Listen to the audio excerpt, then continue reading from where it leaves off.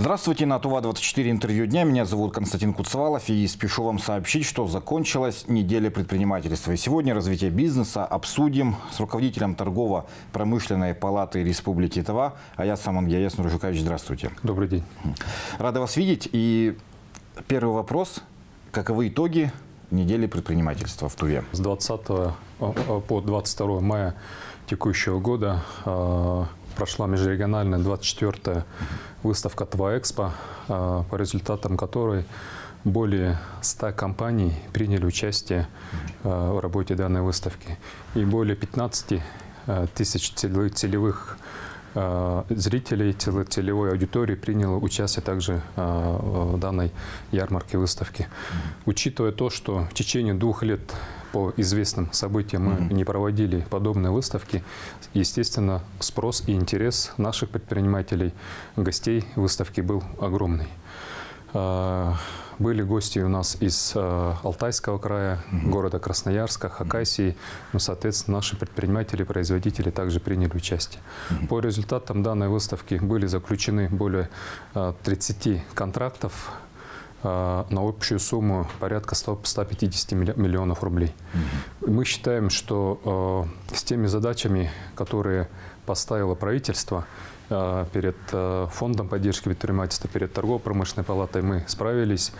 И те успешные бизнес-встречи, которые были организованы именно на площадке ТВА-Экспо, они были очень продуктивными. Всегда было интересно, насколько выгодно ехать на такие ярмарки, как ТВА-Экспо, издалека, например, из Башкирии. Есть ли у них прибыль или для чего они едут? Или ради контракта? Естественно, сейчас, учитывая то, что рынок внутри России, он становится более таким перспективным, и сбыт продукции не только наших производителей, но и производителей там, с той же Башкирии, он наращивается внутри, в том числе нашего региона. И потребление местного меда, там, завозного меда, он в любом случае он растет. И я думаю, что внутри России все компании, которые серьезно вкладывают в свое производство, первым делом они озабочены тем, чтобы наладить сбыт своей продукции. Соответственно, мы являемся тем субъектом федерации, где у нас высокая рождаемость, где в согласии работает и правительство, и бизнес, где с помощью правительства создаются рабочие места в тех же малых предприятиях. Через Фонд поддержки предпринимательства выдаются микрозаймы для малых предприятий, для того, чтобы местный бизнес мог конкурировать с другими компаниями, которые в том числе участвуют на ТВА-Экспо. Знаю, что у вас есть медаль, учреждена медаль АЖК «Аюна». Вы уже 2 вручили недавно. Да. Расскажите об этой медали, кому она, для чего, в честь чего. Действительно, торгово-промышленная палата при поддержке Фонда поддержки предпринимательства Республики Тыва и Министерства экономики учредила общественную награду и назвала ее в честь АЖК «Аюна». Мы в 2021 году, когда начали вплотную заниматься именно наградной деятельностью для наших предпринимателей, мы заметили, что для предприятий, частных компаний, частных предприятий, частных предпринимателей нашей республики нету государственной награды. И в связи с этим торгово-промышленная палата учредили общественную награду для того, чтобы в дальнейшем данная награда стала государственной наградой для наших предпринимателей. И честью обладания данной медалью стали 2 наших предпринимателя, крупных предпринимателей-меценатов. Это Мангуш Байбек Надажапович, компания «Стройэкспресс». Он строитель дорог, он крупный меценат, он вкладывает деньги не только в свой бизнес, он вкладывает свои средства и развитие вообще социальной инфраструктуры нашего региона. Первую медаль мы вручили Байбеку Надажаповичу, вторую медаль мы вручили такому же бизнесмену, предпринимателю, меценату Дудко Олегу Викторовичу. Вы все, многие знаете его компанию, это артель старателей «Айна». они также являются меценатами не только там государственных муниципальных учреждений, но Олег Викторович, он вкладывает и в детский спорт. На территории 8-й школы был проспонсирован спортзал по кикбоксингу, где в честь его, по-моему, тестя Неволина открыт спортивный зал кикбоксинга. И ребята, которые там занимаются, они постоянно занимают хорошие места.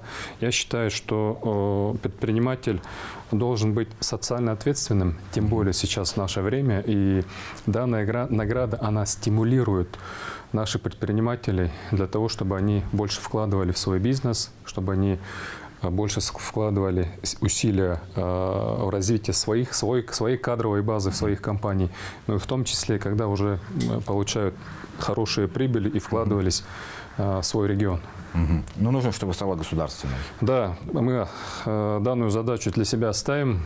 Устное согласие со стороны правительства есть, но нам необходимо дальше документальную работу доработать для того, чтобы данная награда стала государственной наградой для наших предпринимателей. Вот для тех, кто не знает, кратко, Ажикай Аюн – это, по сути, предприниматель был. Да. Ажикай Аюн, он родился в 1870 году. Он был крупным в того времени предпринимателем. Он в совершенстве владел русским, китайским, монгольским языками. Он был первым крупным предпринимателем, который совершал очень крупные по тем временам сделки с купцами с Минусинска, Иркутска, с другими губерниями тогдашней Российской империи. Также он был меценатом.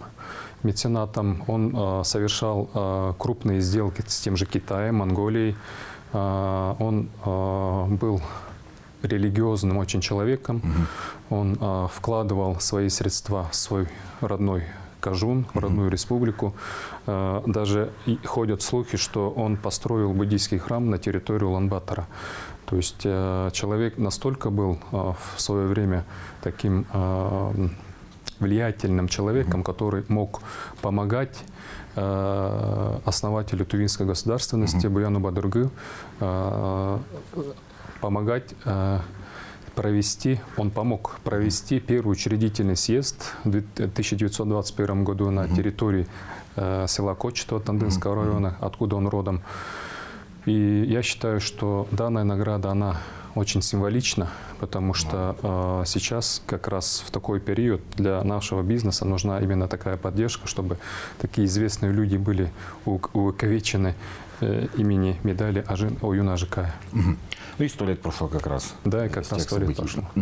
Ясон Жугаевич, вот, к примеру, в России палата объединяет всех практически, от малого и среднего бизнеса до крупных концернов. Кому в основном помогаете вы в Туве? Мы не ограничиваемся вообще отраслевым подходом. У нас на площадке торгово-промышленной палаты работают практически все отраслевые комитеты. Но последние 20-21 год, по понятным, опять же, событиям, наша эта работа была маленько, ушла данная работа в онлайн-режим, но мы уже с прошлого года данную работу активизировали. И в первую очередь сегодня мы начали усиливать работу комитета по малому и среднему предпринимательству, куда опять же вот входит награда, общественная награда для наших предпринимателей. Также усиливаем работу комитета по туризму. Мы все прекрасно понимаем, чтобы туркомпаниям сейчас как раз в этот период для того, чтобы поднять свои обороты, для того, чтобы привлечь своих клиентов, необходимо в первую очередь решать вопрос, именно земельные вопросы. И в связи с этим, когда поступает очень много обращений в адрес торгово-промышленной палаты по поводу перевода земельных участков с статуса ЛПХ на статус рекреации, мы, торгово-промышленная палата, здесь приняли очень принципиальную позицию для того, чтобы вместе с региональной властью сделать так, чтобы именно туристическая отрасль, она стала той отраслью, которая будет приносить доходы для наших предпринимателей, ну, соответственно, создавали рабочие места. И мы видим здесь большую перспективу. Уже на текущей неделе мы запланировали участие заседания данного комитета, который возглавляет известный наш предприниматель Тинмей Сайзана Караловна. мы там будем рассматривать вопрос именно зонирования территорий, именно под рекреацию территорий муниципальных образований. Потому что данная проблема, она очень актуальная. Я считаю, что говорить о ней много и не решать проблем, я считаю, это не то. Надо говорить и решать данные проблемы. Скажите, пожалуйста, вот главная проблема тувинского бизнеса, вот какие проблемы испытывают наши предприниматели? В первую очередь, конечно же, доступ к длинным дешевым кредитам для того, чтобы пополнить свои оборотные средства, естественно. Я озвучил уже земельные вопросы, которые необходимо, я считаю, уже назрела пора нам решать, для того, чтобы предприятия могли развиваться, строить себе свои здания, сооружения. Нам необходимо статус земель ЛПХ переносить либо под рекреацию, либо же там под строительство, инфраструктуры для бизнеса и так далее. Ну и еще одной из насущных проблем, я считаю, что это проблема штрафов сетевыми компаниями. Такими как ТВ-Энерго, к сожалению, бывают такие проблемы, что за безучетное потребление электроэнергии предприниматели штрафуют колоссальными суммами. Миллионами. Миллионами, да. Данная проблема, она существенная. У нас по данной теме работает Комитет по безопасности предпринимательской деятельности. И мы некоторые дела совместно с омбудсменом по защите прав предпринимательства Ренатом Шадамбаевичем выигрываем. То есть, вот такие вот проблемы есть, но мы, думаю, что не будем на этом останавливаться, будем дальше помогать развиваться нашему бизнесу. Сильно ли потрепал ковид тувинский бизнес? В каком он сегодня состоянии?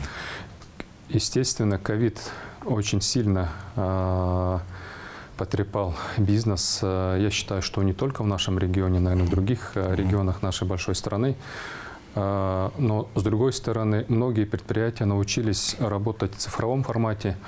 Они научились работать, реализовывать свою продукцию через маркетплейсы, это Озон, там Вайлберрис и так далее. И здесь, я думаю, что те компании, которые были более приспособлены к любым катаклизмам, они пережили данный процесс более-менее с небольшими потерями. Но, естественно, те компании, которые занимались туризмом, банкетные наши залы, они понесли очень огромные потери. Естественно, у большинства данных предпринимателей помещения находятся в аренде, к сожалению, и приходится в любом случае договариваться с арендодателем, чтобы решать данные вопросы.